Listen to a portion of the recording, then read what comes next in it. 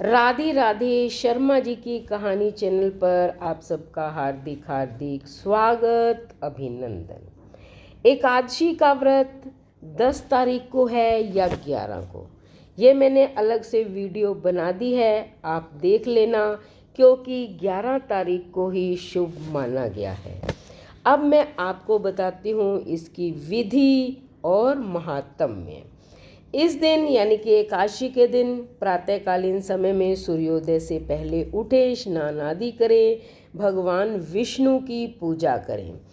रोली मोली गुड़ चावल धूप दीप फल फूल इत्यादि से।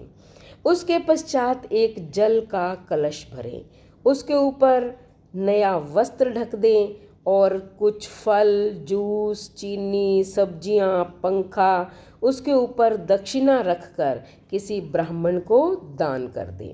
उसके पश्चात जो है, अगर आप निर्जल व्रत रखना चाहते हैं तो निर्जल व्रत रखिए, और नहीं तो एक समय फलाहार भी कर सकते हैं।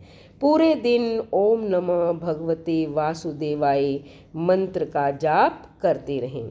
उसके पश्चात अगले दिन जो है, सूर्योदय से पहले उठें, वैसे ही स्नान आदि करके भगवान विष्णु की पूजा करें और किसी ब्राह्मण को पहले भोजन कराएं, उसके बाद स्वयं भोजन करें।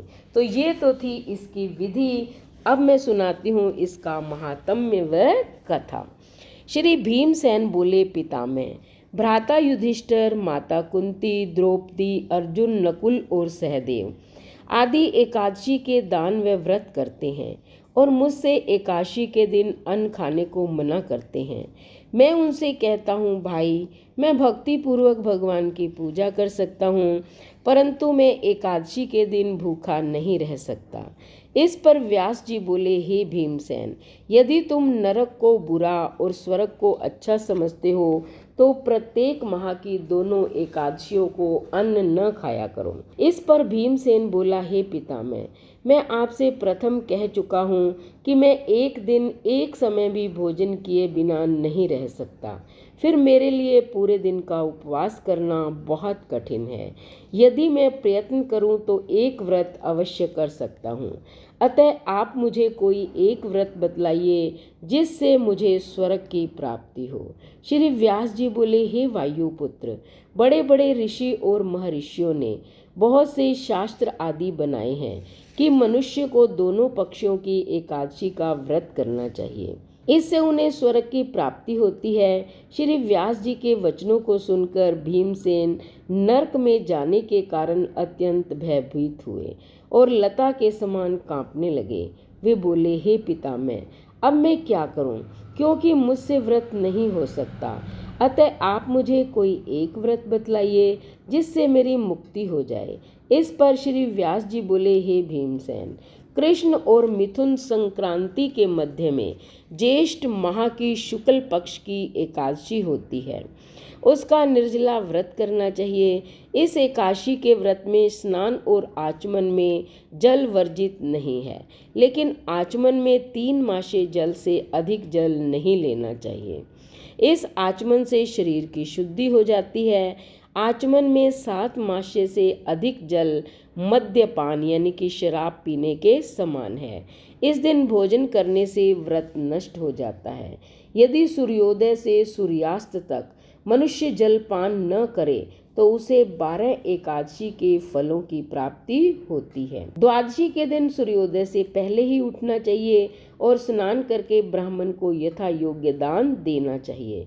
इसके पश्चात भूखे ब्राह्मण को भोजन कराना चाहिए, उसके पश्चात स्वयं भोजन करना चाहिए। इसका फल संपूर्ण एकादशियों के फल के बराबर है। हे भीमसेन, स्वयं भगवान ने मुझसे कहा था कि इस एकादशी का पुण्य समस्त तीर्थों के पुण्य के बराबर है। एक दिन निर्जल रहने से मनुष्य पापों से मुक्त हो जाता है। जो मनुष्य निर्जल एकादशी का व्रत करते हैं उसको मृत्यु के समय भयानक यमदूत नहीं दिखते हैं। उस समय भगवान विष्णु के यमदूत स्वर्ग से आते हैं और उनको पुष्पक विमान पर बिठाकर स्वर्ग में ले जाते हैं। अतः संसार में सबसे श्रेष्ठ निर्जला एकादशी का व्रत है। अतः यत्न पूर्वक इस एकादशी का निर्जल व्रत करना चाहिए। इस दिन ओम नमो भगवते वासुदेवाय मंत्र उच्चारण करना चाहिए। व्यासदेव जी के ऐसे वचन सुनकर उसने निर्जल व्रत किया। इसी एकादशी को भीमसेनी या पांडव एकादशी भी कहते हैं। निर्जल व्रत करने से पहले भगवान की पूजा करनी चाहिए और उनसे विनय करनी चाहिए कि मैं दूसरे दिन भोजन करूँगा, मैं इस व्रत को श्रद्धा पूर्वक करूँगा या करूँगी, इससे मेरे सब पाप नष्ट हो जाएंगे। इस दिन एक बड़े वस्त्र से ढककर स्वर्ण सहित दान करना चाहिए। जो मनुष्य इस व्रत को दोपहर में स्नान व तप आदि करके स्वर्ण का दान करते हैं, उनको करोड़ फल स्वर्ण के दान का फल मिलता है।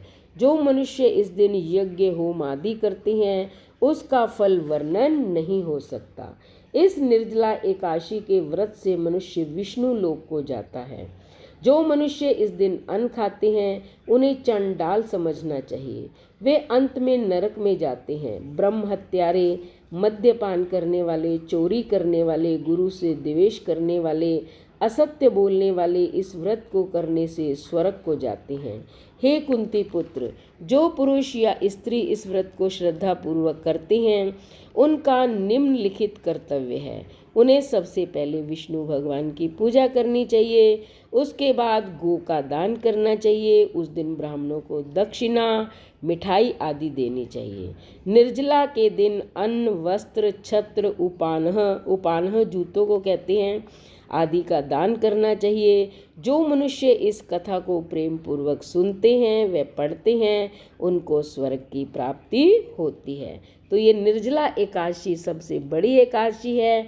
आप भी इसका व्रत कीजिए, इसकी कथा को सुनिए, महात्म्य को सुनिए, जितनी श्रद्धा हो उतना दान कीजिए और फिर देखिए प्रभु की अपार कृपा कैसे आप पर बनती है। उसके बाद चैनल को सब्सक्राइब करें, लाइक और शेयर करें, कमेंट करें और बेल आइकन के बटन को दबाएं ताकि ऐसी ही धार्मिक व्रत उपवास की वीडियो का नोटिफिकेशन सबसे पहले आपको मिले। धन्यवाद।